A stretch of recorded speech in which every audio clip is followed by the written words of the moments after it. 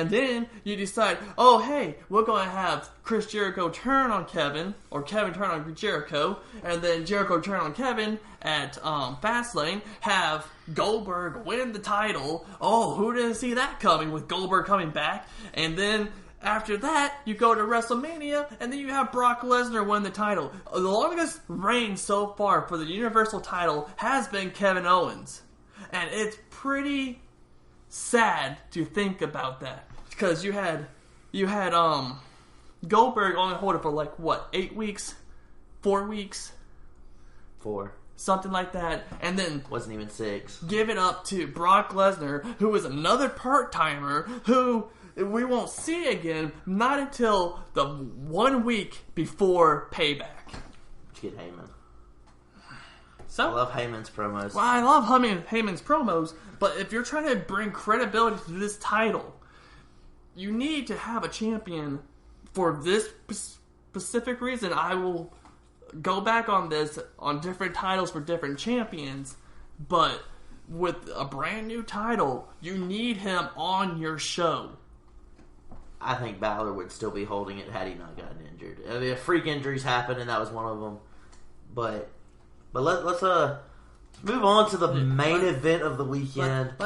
The 7-hour show that is WrestleMania. Let's try to get away from the Universal title, even though we're going to come back up to it, and I'll go on my rant all over again because I hate that title.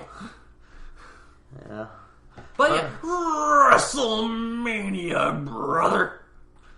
Yeah, 33 this year. 33. So, first match we got on the pre-show was Austin Aries, A-double, I love A-double, love A-double, versus Neville. They gave them some time, but the crowd wasn't fully there yet, so I felt like the crowd wasn't into it much. You didn't have your 70,000 people, you had maybe close to 20 in the arena. I would say 30 to 40 maybe, probably.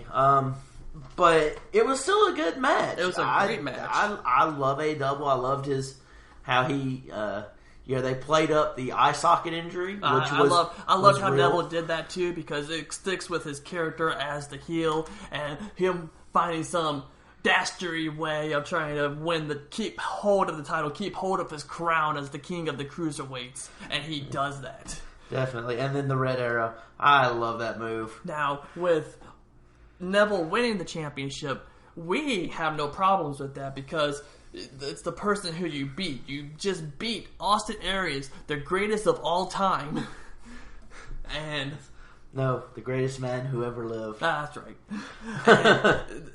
If Neville would have lived, something like that. If Neville would have lost the match to A-double, that would have been perfectly fine too, because Austin Aries has that name credibility, and if A-double won, he would have kept that title going to the prestigious level where you would think the Universal title would be going. But with Neville winning, it brings credibility to that championship. It brings credibility to Neville just because of how many defenses he's had with no help, and who he has beaten, especially now at WrestleMania. Right. And it brings great credibility to that title. And to me, if they just change the title colors from take the purple off and just give it a black band and gold plating, it would be a sharp looking title, and you would take it seriously.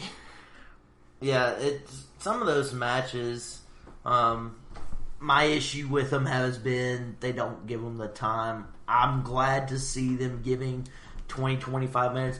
My biggest complaint about the whole match, why on the pre-show? Put it on the card, let it go. Because that would have been great. That's not my biggest complaint about the pre-show yet. I didn't say about the pre-show, I just said about that match. Well, yeah. Why put it on the pre-show? I would love to see the Cruiserweight Championship be on the main card, just because then it would be, because it's been, 25 years? No, not even that, sorry. No, it's not been that long. I'm bad with dates. It's been 7 years, and the last champion, the last person to do it was Hornswoggle. Yeah. At WrestleMania. I think it's been even longer than that. I think it's been closer to 10 or 12 years since it's been I'm on talking WrestleMania. about not on a pay-per-view, but at WrestleMania.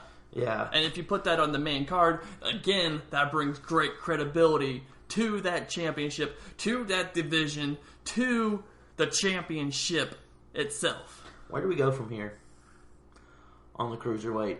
Because, just to be honest, I haven't really followed 205 Live, but with A-Double coming in and losing the championship, where do we go? Because if he wins, obviously the next step you go is a rematch with Neville. Where do we go now? Now, where we're going to go, it's either they're going to have a number one contenders match on 205 Live, or a person who's been making waves in the 205 division is Mustafa Ali. This kid is fast. He has great charisma. He can talk on the mic, sort of. It's everything he says is scripted, and so you get that more, I'm talking scripted robot talk, but he can talk on the mic when he wants to. His in-ring ability is phenomenal, pretty much almost flawless. And with all of that said and done, if they have a number one contenders match with a number of the cruiserweights, and they let Mustafa Ali win, that could build up to a great storyline leading up to whatever pay-per-view they want to do the next cruiserweight title match to. Because when they had that match on 205 Live 2 weeks ago, Mustafa Ali versus Neville, non-title match, Mustafa Ali took Neville to the limit. And it was a great match. Glued to the TV match. How Mustafa lost that match. He tried to do an inverted 450, missed. Neville comes up, Ring of Saturn, makes Mustafa tap out. But that's where I think they should go. Or they're going to try and do Perkins again or Gallagher. I'm not a huge TJ Perkins guy. He's not terrible, but I feel like I've kind of been there, done that. Let's move on. Or another person who's been kind of making some waves has been Tony Nese, the premier athlete. He's had his losses, but he has his big wins. Now this guy, he claims that he hits like a heavyweight, but he flies like a cruiserweight. If you look at him, he looks like the total package for a champion. He almost looks like Neville, but he's not British, and he doesn't have elf ears. But sorry, Neville. But if they actually give Nese a push, he can be a good contender for the Cruiserweight Championship also. Yeah, I just don't know where you go. You're not going to top that match, I don't think, in the Cruiserweight. I could be dead wrong and somebody come out and just blow me away, but... Or another person who's been making waves in the 205 Live Cruiserweight division, besides the Brian Kendrick, which... Bleh. But, he's from Japan, Akira Tozawa. Tozawa, the kid that they keep harassing, Brian Kendrick keeps harassing. Yeah.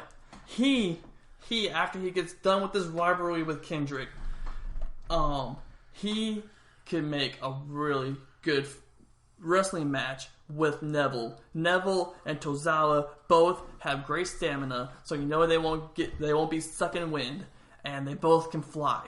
They both hit hard, which they slap their legs really hard, and but Tozawa is so intense that he could take Neville and maybe even win the championship.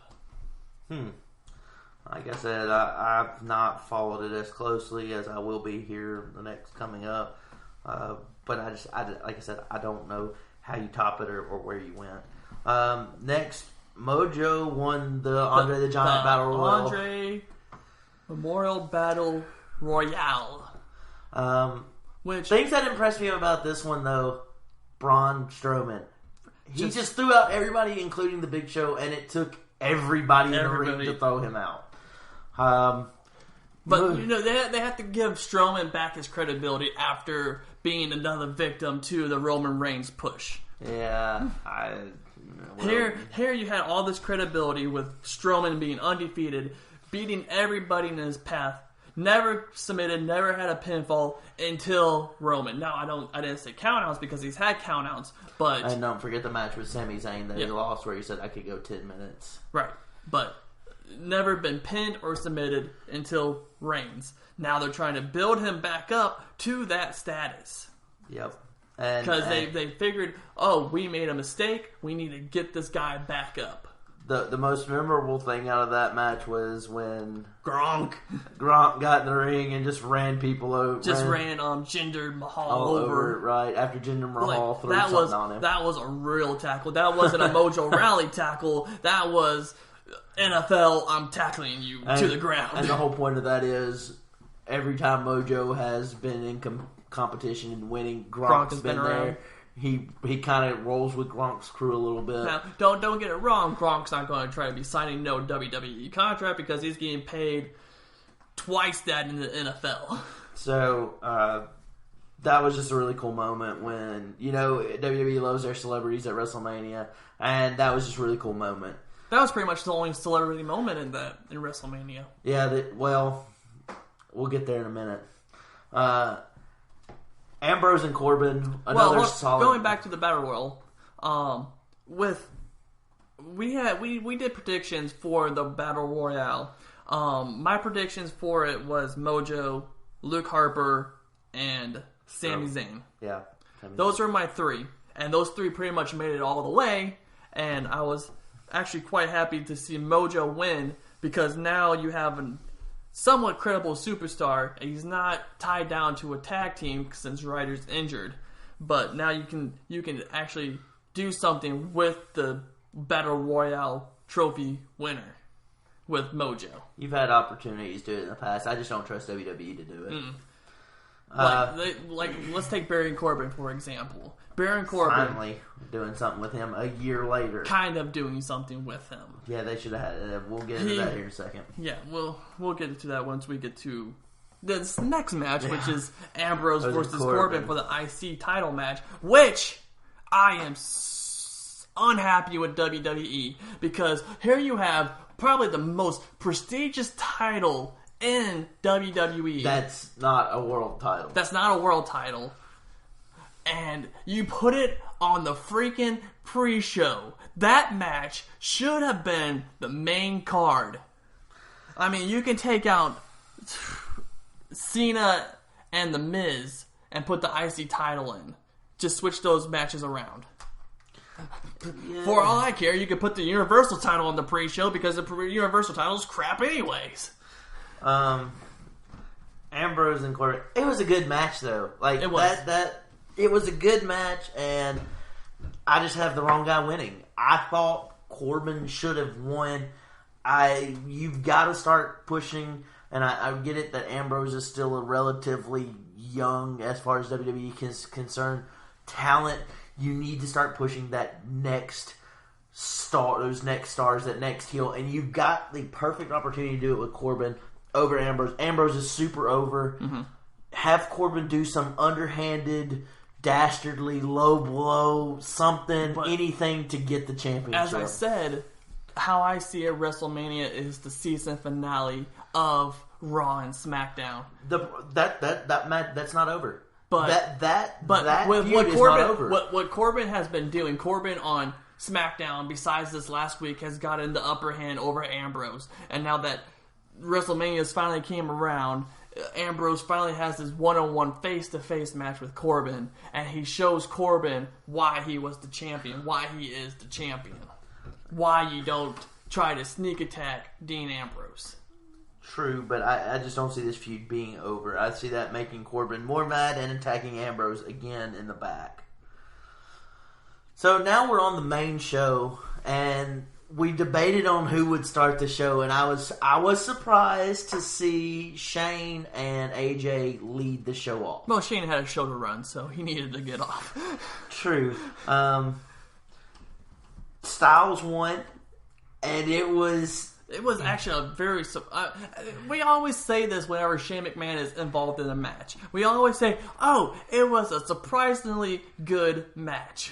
We do, and the other thing I feel like we say is, Shane did something stupid. Well, yeah. Shane did two things stupid here. The coast to coast for a man getting on up there in years. Sorry, Shane, you're old. Stop wrestling. For him to do coast to coast was actually pretty good. Not his best one by any stretch of the imagination, I but told he's you